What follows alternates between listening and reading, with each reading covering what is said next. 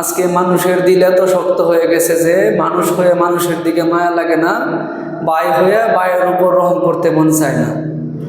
আল্লাহ পাক যে জিনিসটা দেখতে চাইলেন যে মানুষ মানুষের উপর রহম করে কিনা, বায়ের উপর রহম করে কিনা, কিন্তু আজকে মানুষের উপর জুলুম করতে করতে নিজের উপর জুলুম করতেছে, অথচ তাদের কোনো খোঁজখবর নাই।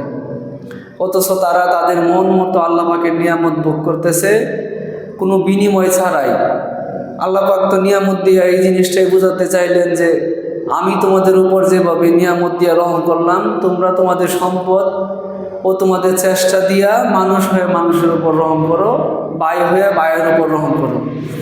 কিন্তু মানুষ আজকে এই সুন্দর আচরণ থেকে বিমুখে, আজকে মানুষ এই সুন্দর আচরণ থেকে অনেক দূরে। আমরা চাইলেই হয়ে বায়ের পাশে দাঁড়াইতে পারি যদি আমরা আল্লাহ পাকের পছন্দনীয় হতে চাই, ইনশাআল্লাহ।